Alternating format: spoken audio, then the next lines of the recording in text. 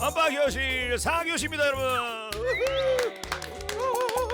자, 오늘은 5살 아이를 둔 부모도 그리고 10살 아이를 둔 부모님도 알아두면 뼈가 되고 살이 되는 교육계 지각 변동에 대한 분석을 해드립니다. 수학의 포인트를 더서 한번 진행하도록 할게요. 자, 그러면 앞으로 3주간 언택트 시대 반버 앞서가는 아이로 키우는 1 스텝, 2 스텝, 3 스텝 함께 해줄 선생님을 소개해드리도록 하겠습니다. 진로 진학 학습법의 새로운 패러다임을 제시하고 있는 이병훈 교육연구소의 그 이병훈 소장님이 오셨습니다. 어서 오세요. 안녕하세요, 이병훈입니다. 자, 오늘 핵심 주제 수학이 더욱 강조되는 시대라고 이제 말씀을 하셨어요. 이 수학을 어떻게 잡을 것인가 그 핵심 키를 가지고 오신 분입니다. 세븐에듀의 차길영 대표님이십니다. 오늘. 안녕하세요, 차길영입니다. 근데 한 분은 서울과학고를 나와서 서울대 기계공학과를 졸업을 하셨고요. 한 분은 카이스트 석박사. 나 참. 야, 말로만 듣던 얘기. 이 정도면 공부의 신레벨 정도가 아니신가 싶은데 말이죠. 비결을 딱 한 가지씩만 얘기해 주세요. 딱. 근성과 승부욕, 오기와 집념, 뭐 요딴 거. 근성과 승부의 오기와 집념 네 개를 찍으셨어요. 다 비슷한 말 아니겠습니까? 저는 그냥 하나에 몰빵을 하자. 그래서 다 포기하고 그냥 그나마 조금 난 수학만 집중하자. 야, 네. 근데 수학은 재밌었다는 거죠. 그나마. 그나마. 네, 그나마. 네. 어떻게 그나마 수학이 재밌을 수 있지? 주위에서 재밌던 사람들 들어오면 다들 공부를 잘하시더라고요. 어떻게 보면 이 수학이 공부하는 목적이 이거잖아요. 이거 개발시키려고 하는 거잖아요. 그렇죠. 그러니까 이거를 조금 발달시켜 놓으니까 다른 과목이 좀 쉽게 됐던 것 같아요. 이야, 수학이 가는 어떤 그 코어를 잡고 있고 네. 그걸 잘하면 다른 것도 잘하게 된다. 아, 이런 생각이신 것 같아요. 근데 네. 이게 그 랑 플릭스 음. 요거 만드신 분들도 수학을 전공을 하신 분이라고 들었는데. 우리나라에서 요새 많이 보는 그 넷플릭스의 의 대표인 그 리드 헤이스팅스가 네. 수학과 출신이고요. 아하. 네, 그리고 페이스북을 만든 마크 저커버그가 네, 잠깐만. 수학 영재학교 출신이에요. 아이고야. 네, 이게 뭐야? 그래서 결국 이 사람들이 만든 것들을 보면 다 수학이에요. 구글 검색 엔진의 기본이 다 수학이에요. 넷플릭스의 영화 추천도 다 수학이고. 아. 네. 결국 수학적 사고가 이런 것들을 다 만들어낸다는 거죠. 채팅창 좀 볼게요. 수학을 잘하는 사람이 되도록 하려면 어떻게 해야 되나요? 유은아 씨는 수학의 시작을 어떻게 해야 될지 모르겠습니다. 부모님이 수학에 대해서 어떻게 보면 책임을 져야 된다고 생각을 해요. 아, 이 부모님 네. 책임이에요? 왜 그러냐면 많은 분들이 이제 돈으로 해결을 하려고 하는데 아, 선생님을 부르려고 네, 하잖아요. 그게 아니라 저는 가정에서 수학의 공부가 시작돼야 된다고 생각을 하는데 기본적으로 어렸을 때부터 티 안 나게 티 안 나게. 은근슬쩍 네, 수학에 대해서 이렇게 쿡 옆에서 이렇게 찌르는 게 굉장히 중요하다고 생각해요. 그러니까 예를 들면 우리가 이제 뉴스를 많이 보잖아요. 어른들은 그죠? 실은 뉴스를 조금만 자세히 보면 굉장히 수학 얘기가 많이 나오거든요. 아, 뉴스에서요? 누가 얼마를 투자했다더라 일단 숫자잖아요. 아, 그렇죠. 네, 뭐 트럼프랑 바이든이랑 매직 넘버가 몇 명이라든가 이런 얘기를 계속 얘기해주면 일단 숫자가 들어가면서 현실로 세상은 다 뭐 이렇게 수학으로 이루어져 있구나라는 거를 너무나 이해하게 되는 거죠. 근데 가장 중요한 포인트가 이거를 공부로 인식시키는 순간 끝나는 거예요. 네, 그게 핵심입니다.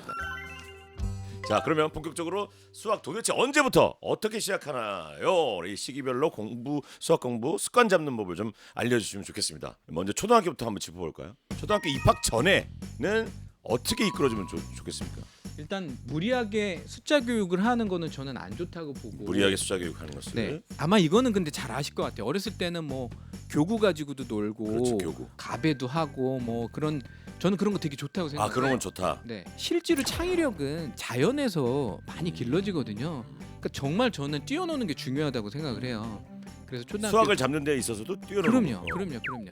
아 근데 대치동에서는 어머님들이 그 나이에 저거 시키잖아요. 구구단. 사실 그 아이들이 나이에 구구단을 배운다는 거는 숫자 개념이 아니라 언어로 배우는 거잖아요. 그러니까. 그거 암기해서 말하는. 그러니까 암기인 거잖아요. 엄마 아빠 입장에서는 뽀뽀면서 1은 2, 2, 9, 18 이렇게 하니까는 이게 영어 교육도 그렇고요. 그냥 눈에 보이기에 악기 연주하거나 영어를 하거나 구구단을 외우면 이게 퍼포먼스가 좋아가지고 네. 만족감이 들어요. 근데 아예 수학적인 사고는 더 꼬인다. 그러니까요. 뽀로로가 일찍부터 알려주고 있었어요. 노는 게 제일 좋은 거다. 맞습니다. 네. 뽀로로 말을 들었어야 되는 거예요. 자, 그럼 이제 초등학교 들어갑니다. 네, 이제 그러면 준비는 됐어. 실제로 저학년에서는 수 연습을 굉장히 많이 해야 되는데 후 연습. 부모님들이 막 강제적으로 그런 수 책 있잖아요. 이런 거를 막 너무 많이 시키기보다는 이거는 어떻게 보면 매일 운동하는 스트레칭 정도로 시키는 게 중요하고 이거를 막 너무 많이 시키는 거는 거꾸로는 독이 될 수도 있어요. 독이 될 수 있다. 네. 1차 수포자가 등장하는 초 3, 4. 이때 우리 엄빠들은 어떻게 수학 교육을 이끌어주면 좋은지. 일단 잘못하는 거를 제가 말씀을 드리면 하지 말아야 될 거. 네, 일단 크게 두 가지가 있는데 첫 번째는 너무 여유를 부려서 이 시기가 늦는 부모님들이 있어요. 왜냐하면 그러니까 영어에 너무 어렸을 때 집중을 하다 보니까 수학을 너무 등한시에 여겨가지고 그때 이제 타이밍이 늦어서 어려운 분들이 있고 또 반대로 무슨 창의력 수학 이런 거에 대한 애착이 너무 많아요. 우리나라 부모님들이.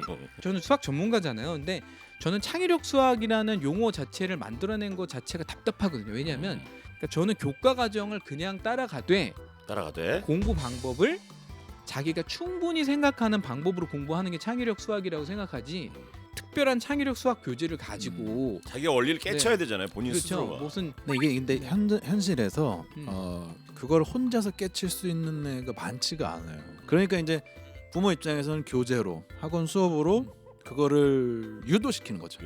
원리 이해하기. 정답은 그거를 360도로 돌려가면서 깨치는 게 맞고 다만 그 정도의 수학적인 센스가 아직 없다면은 창의사고력 수학이라든지 문제집이라든지 학원 교육을 조금 가미하는 것도 자, 이제 초등학교 고학년 올라갑니다. 어떻게 수학 교육을 해주는 게 좋을까요? 많은 부모님들이 아마 선행에 대해서 궁금해하실 거예요. 선행은 꼭 네. 해야 되는 것인가? 그래서 뭐 저는 선행을 일찍 들어가는 게 너무 안 좋은 방법이라고 안 생각을 좋다. 하고 저도 그렇게 들었어요. 네, 초등학교 때 뭐 부모님들끼리 서로 자랑하잖아요. 우리 애는 뭐 중학교 몇 학년 거 해, 고등학교 몇 학년 거 하는데 그거는 진짜 독 중에 저는 독이라고 생각하고 그렇다고 해서 선행을 하지 않는 게 안 해야 된다 이것도 아니지만 최소한으로만 선행을 하는 게 저는 중요하다고 그러니까 생각해요. 그 최소한이라는 게 음. 그냥 예습 정도의 느낌으로 가는. 그렇죠. 예습 정도로 가는 제가 거죠. 참고해서 정해드리면 6개월에서 1년이요. 네네. 그 정도가 최소한. 저희 아들 지금 5학년 2학기잖아요. 지금 얼마 전에 6학년 2학기 들어갔어요. 물론 뭐 2년, 3년, 4년 하는 애들도 있어요. 있죠, 많죠. 네, 근데 걔는 그렇게 하라고 놔도 어차피 나중에 다 만나요. 고3 그래서- 되면 다 만나. 그러니까는 너무 빨리 달리는 거에는 목숨 걸지 말았으면. 적어도 뭐 6개월이나 한 1년 정도를 네네. 선행을 해도 그 정도는 해야 된다. 예.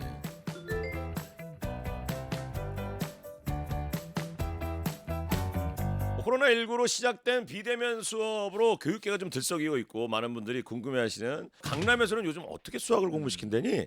대치동은 요즘 어떻대? 아무래도 사교육 1번지로 불리는 곳이다 보니까 아이 있으신 분들이 많이 궁금해하시거든요. 우선은 대치동 학원들이 뭐 워낙 정교화된 시스템들 많이 가지고 있어요.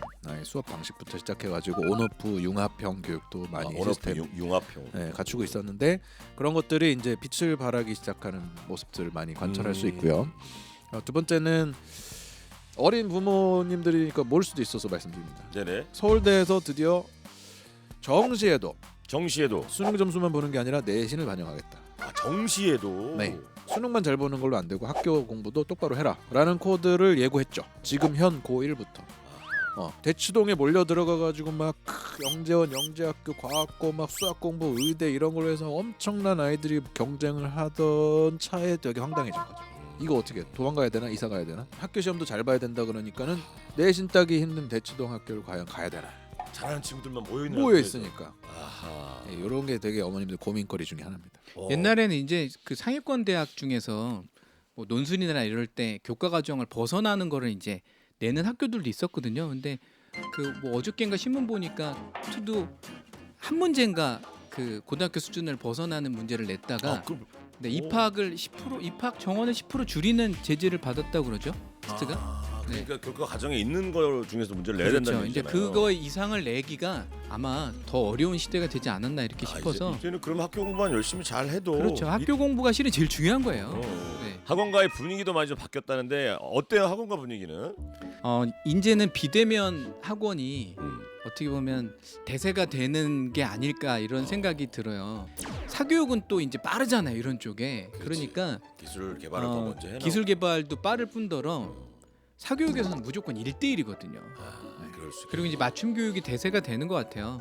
그러니까 정형화되어 있는 교재로 공부하는 시대에는 가는 것 같고 이전에 학원의 문제점은 어떤 게 있었냐면 학원도 집단 수업을 하니까 학생이 어떤 수준에 있는지를 모르고 그냥 대충 감으로 그냥 가르쳤거든요. 네네. 아, 얘는 그냥 뭐 수학을 잘하는 애, 못하는 애, 뭐 좋아하는 애 요 정도만 알았는데 지금은 이제 맞춤 교육으로 가고 시스템 교육으로 가고 인공지능이 그걸 분석해 주니까 아하. 학생이 뭘 알고 모르는지를 인간은 모르지만 시스템은 아는 거예요. 데이터가 이제 나오는구나. 네, 그래서 그거에 맞춰서 어. 맞춤형 교재가 나오고 그걸로만 공부를 하니까 무슨 일이 벌어질까요? 공부를 적게 해도 된다는 거죠. 그러니까 저희들의 메시지는 요새 뭐냐면 중요한 사교육에서는 얘기네요. 공부를 적게 하라는 거예요. 저희는 효율은 유지시켜 줄 테니까 그리고 나머지 시간 게임해. 그리고 저는 개인적으로 게임하는 거 중요하다고 생각해요. 왜냐하면 저희들 업계에서는 어떻게 생각하냐면 미래의 구도는 크게 두 개의 축이 있는데 하나는 인공지능의 축이 있고 하나는 엔터테인먼트의 축이 있다고 보거든요. 아, 네네. 근데 우리나라 부모님들이 다 그 옛날 본인들이 공부한 시대만 생각을 하는 거예요. 그렇죠. 그 방법으로 공부하고 그 방법으로 대학 가야 잘 먹고 잘 살 수 있다고 생각하는데 여러분 세상은 이미 바뀌었습니다. 아이들 공부시켜 보면 혼자 하기 제일 힘든 과목. 그러니까는 속된 말로 이게 돈을 썼을 때 네. 제일 쉬운 과목은 사실 영어입니다. 효과가 잘 나오는 거. 국어까지도 어느 정도 됩니다. 근데 수학이야말로 정말 자기주도 학습이 중요하거든요. 아무리 돈을 투자해도 혼자 하지 않으면 절대 얻을 수 없는 게 수학 공부예요. 그래서 언택트 AI에다 코로나 시대에 엄빠들이 해야 되는 거는 역시 수학까지 완벽하게 하려면 뭐다? 자기주도 학습. 자기 손으로 풀어야 돼요. 수학은. 수학에서 가장 중요한 게 2대 8의 법칙이거든요. 2를 들으면 8을 공부해야 되는데 아, 복습이 중요하구나. 네, 공부하고. 우리나라 학생들의 대부분은 8대 2로 공부를 하기 때문에 절대로 성적이 오를 수가 없는 거고 부모님들께서 일단 인식을 바꾸셔야 되는 게 인식을 바꿔야 됩니다. 네, 7시부터 10시까지가 학원에서 수업을 듣는 시간이에요. 집에서 6시 한 20분에 나가야 돼요. 그리고 집에 오면 밤 10시 40분이야. 안 됐어. 그럼 얘한테 이제 너 앉아갖고 오늘 배운 거 복습해야지라는 말을 아, 할 수가 없어요. 실은 그러니까 부모님이 안쓰럽잖아. 대보면 안쓰러우니까. 그러니까 결론은 애는 자기가 혼자서 공부한 게 없는 거죠. 실은. 그냥 앉아가지고 수업만 듣다가 하루 종일 온 거예요. 이게 언제까지는 성적이 나오냐면 운이 좋으면 중3까지 성적이 나와요. 고등학교 1학년부터는 성적이 안 나오기 시작하고 고등학교 2학년 때부터는 압도적으로 성적이 안 나오죠. 아. 지금부터 2대 8을 하시는 게 나아요. 그러니까 아하. 정규 지금 남들이 하는 학원 시스템을 따라가면 망한다 이렇게 생각하시면 돼요. 다양한 질문들이 막 쏟아지고 있는데 하나하나 조금씩 볼까요? 유은하 씨, 엄빠들은 어떤 공부를 미리 좀 하고 있어야 되겠습니까? 엄빠들은 무슨 준비를 하고 있으면 되죠? 어떻게 보면 지금 트렌드를 빨리 읽으시는 게 되게 중요한 것 트렌드를 같아요. 읽어야 된다. 네, 그리고 옛날 방법처럼 공부해서는 안 되는, 왜냐면 이미 애들이 바뀌었거든요. 옛날의 아이들하고 지금 아이들은 완전히 다른 종족이에요. 박다미 씨, 이제 학원도 온라인 수업이고 강의로 바뀌어가고 있다는 말씀 같은데 그래도 초등학생은 온라인 수업보다는 대면 수업이 낫지 않을까 싶어요. 전혀 그렇지 않습니다. 실제로 해보면 오히려 중고생들이 고전적이고 늙어가지고 온라인 수업 힘들어하고 틀어놓고 자고 막 이래요. 초등학생들 얼마나 잘 듣는데요. 왜냐면 어려서부터 터치하고 그렇지. 클릭하던 유튜브 애들이라서. 보고 뭐 이런 게 익숙해져 있으니까. 네, 그럼요. 자, 오늘 두 분 함께 하셨습니다. 한 시간이면 후딱후딱 정신없이 가갖고 차기령 선생님 어떠셨어요? 너무 오늘 재밌었고요. 네. 네, 다음에 또 뵙죠. 네. 이병헌 선생님은 두 줄 더 함께 하십니다. 아, 감사합니다. 예, 예, 또 예. 다음 주에 또 뵙도록 자기주도 하겠습니다. 자기주도 학습 파이팅. 예, 오늘 두 분 감사드리고요. 자, 그럼 저희는 여기서 인사드리겠습니다. 다음 주 일요일 밤에 다시 만나요. 여러분 안녕.